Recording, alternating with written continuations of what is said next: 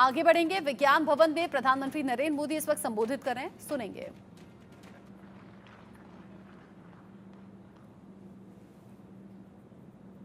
लेकिन लगता है ये भी सही जगह है।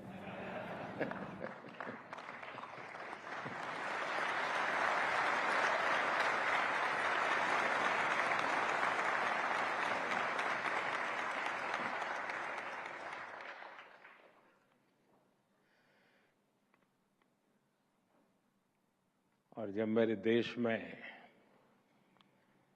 इस प्रकार से जीवन के हर क्षेत्र में स्थिरता प्राप्त किए व्यक्ति जोश से भरे हुए हो, तो मेरा देश कभी पीछे नहीं हट सकता।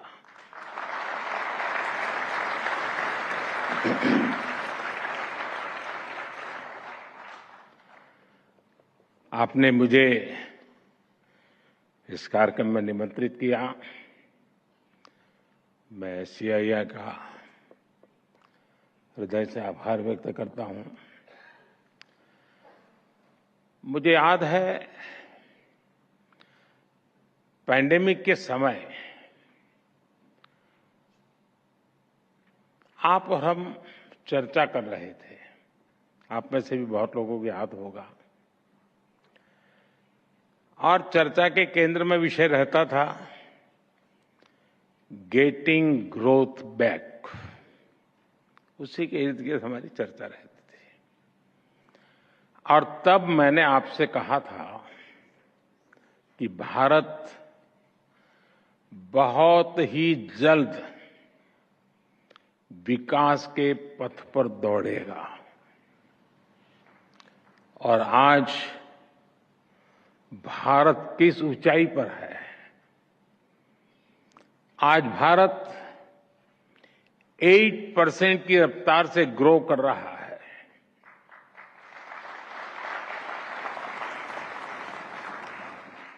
आज हम सभी डिस्कस कर रहे हैं जर्नी टवर्ड्स विकसित भारत। ये बदलाव सिर्फ सेंटिमेंट्स का नहीं है। ये बदलाव कॉन्फिडेंस का है। आज भारत दुनिया की 5वीं सबसे बड़ी आर्थिक ताकत है। और वो दिन दूर नहीं जब भारत दुनिया की तीसरी सबसे बड़ी इकोनॉमी पावर बन जाएगा।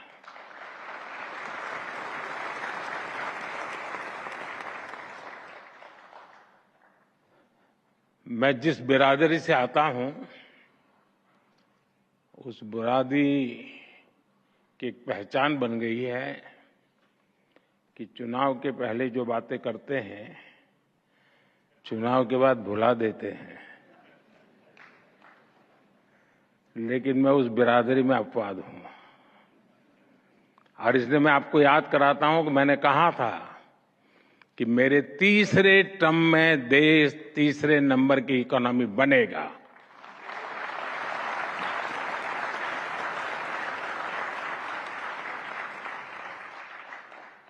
भारत बहुत सधे हुए कदमों से लगातार आगे बढ़ रहा है।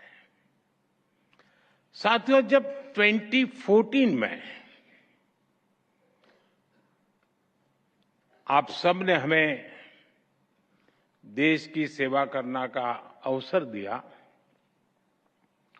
14 में जब हमारी सरकार बनी, तो सबसे बड़ा प्रश्न यही था कि इकोनॉमी को वापस पटरी पर कैसे लाएं। 2014 के पहले की फ्रेजाइल 5 वाली स्थिति और लाखों करोड़ के घोटालों के बारे में यहां हर किसी को पता है। हमारी इकोनॉमी की क्या स्थिति थी, इसकी बारीकियां सरकार ने व्हाइट पेपर जारी करके देश के सामने रखी है। मैं उसके विस्तार में नहीं जाऊंगा, लेकिन मैं आपसे अपेक्षा करता हूं कि आप जैसे लोग, आप जैसे संगठन उस पर जरूर अध्ययन करें, आपके यहां डिबेट करें कि हम कहां खड़े थे और कैसी बीमारियों के शिकार हो गए थे। भारत और भारत की इंडस्ट्री को उस महासंकट से निकालकर हम इस ऊंचाई पर लाए हैं। अभी कुछ दिन पहले ही बजट आया है और मैं देख रहा था, एक अच्छा डॉक्यूमेंट आपका बना है, मैं अभी देख रहा था, मैं जरूर अध्ययन करूंगा उसका।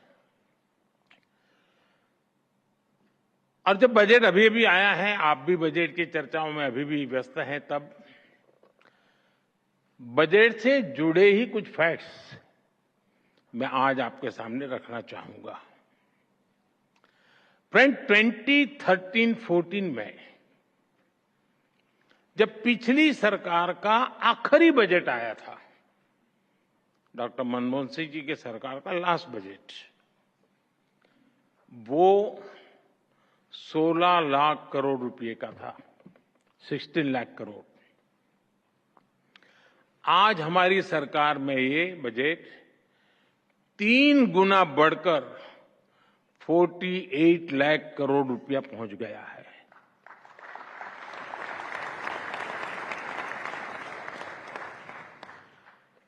कैपिटल एक्सपेंडिचर, जिसे रिसोर्स इन्वेस्टमेंट का सबसे बड़ा प्रोडक्टिव माध्यम कहा जाता है, और उसका आंकड़ा बहुत ही इंटरेस्टिंग है।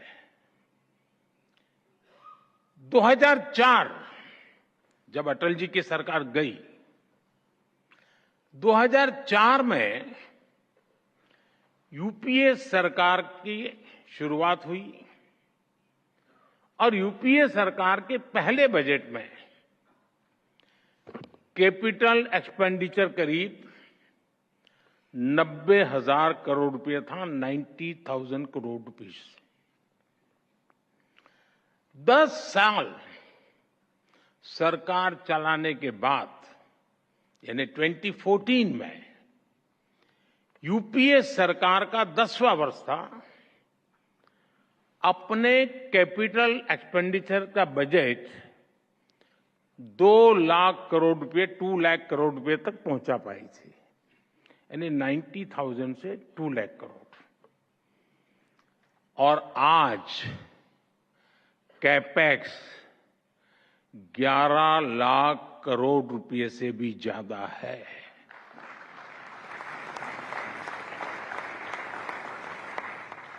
यानी 2004 टू 2014 के 10th ईयर में कैपेक्स किसी तरह दुगुने पर पहुंचा था, जबकि हमारी सरकार में कैपेक्स 5 गुना ज्यादा से बढ़ा है।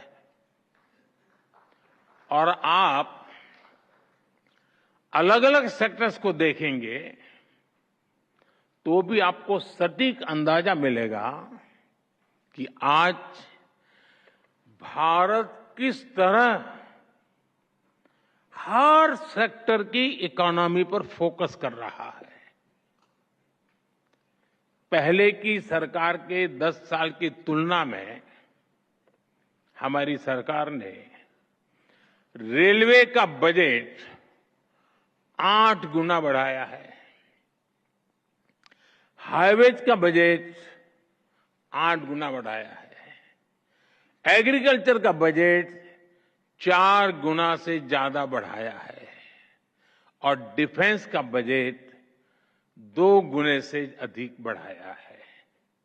और साथियों, हर सेक्टर में बजट में ये रिकॉर्ड बढ़ोतरी और साथ साथ टैक्स में रिकॉर्ड कटौती करने के बाद की गई है। 2014 में 1 करोड़ रुपए कमाने वाली एमएसएमईज को प्रिजम्पटिव टैक्स देना होता था, 1 करोड़। अब 3 करोड़ रुपए तक की आय वाली एमएसएमईज भी इसका लाभ उठा सकती है।